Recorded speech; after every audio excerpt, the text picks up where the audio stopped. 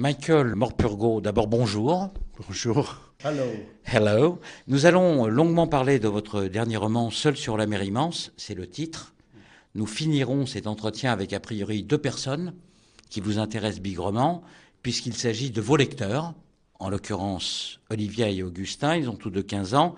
Ils ont eu, comme moi, avant sa sortie, le privilège de découvrir votre dernier roman. Mais avant toute chose, nous allons commencer par parler de vous, avec une séquence que je pourrais baptiser, intitulée « Dis-moi comment tu écris, je te dirai qui tu es ».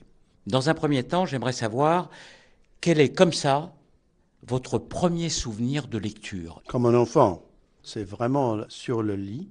Ma mère était là, en me lisant probablement une histoire par Rudyard Kipling qui s'appelle The Elephant's Child. En tout cas, ce qui est resté, c'est Kipling.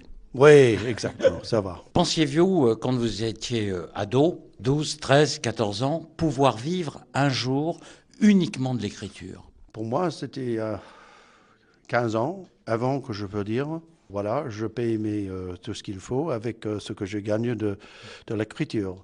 Et moi, j'ai décidé de ne pas voyager vers le marché.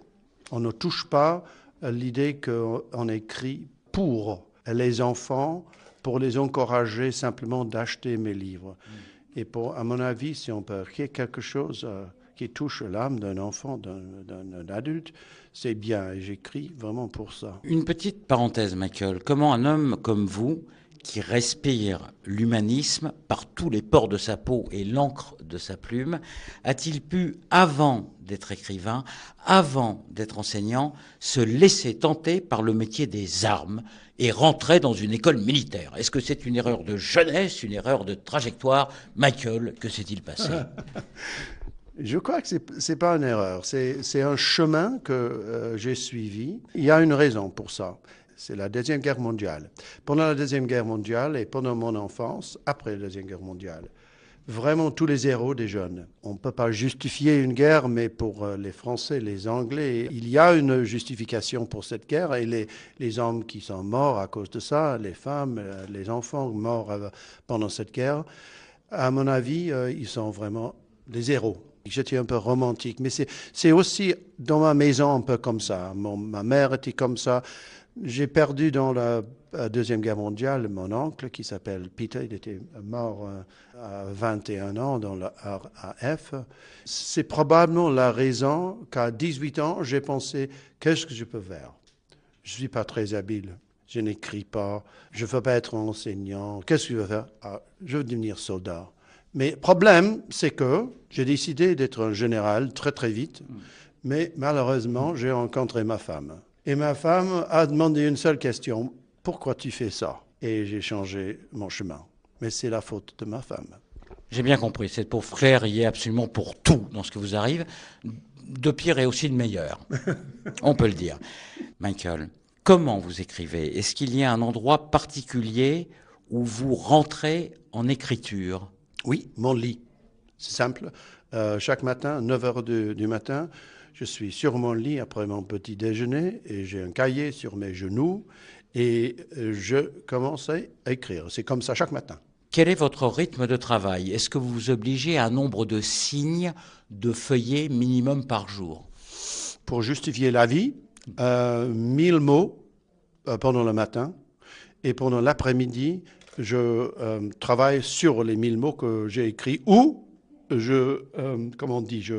Vous raturez, oui. vous rayez, vous enlevez, Exact. vous supprimez, Exactement. vous broyez. Oui, c'est ça, exactement.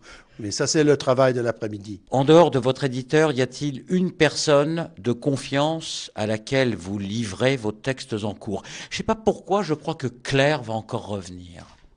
Oui, probablement. Normalement, je discute l'idée d'un roman avec Claire d'abord.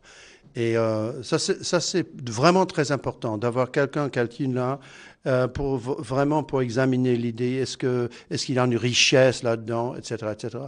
Et puis, après un chapitre ou à la fin, je donne ça, oui, immédiatement à Claire.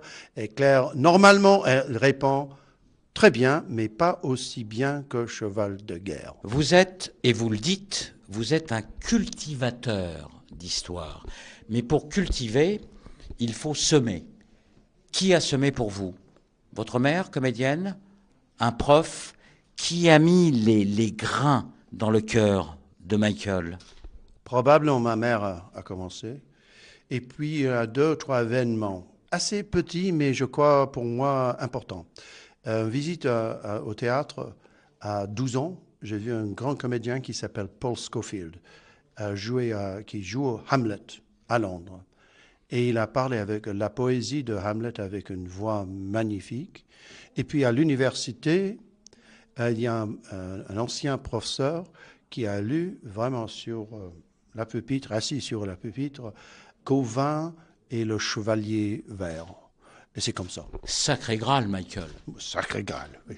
Si vous décidiez de vous réincarner aujourd'hui en un écrivain, ce serait qui? Très, très facile. Robert Louis Stevenson. L'île au trésor, l'île de Michael?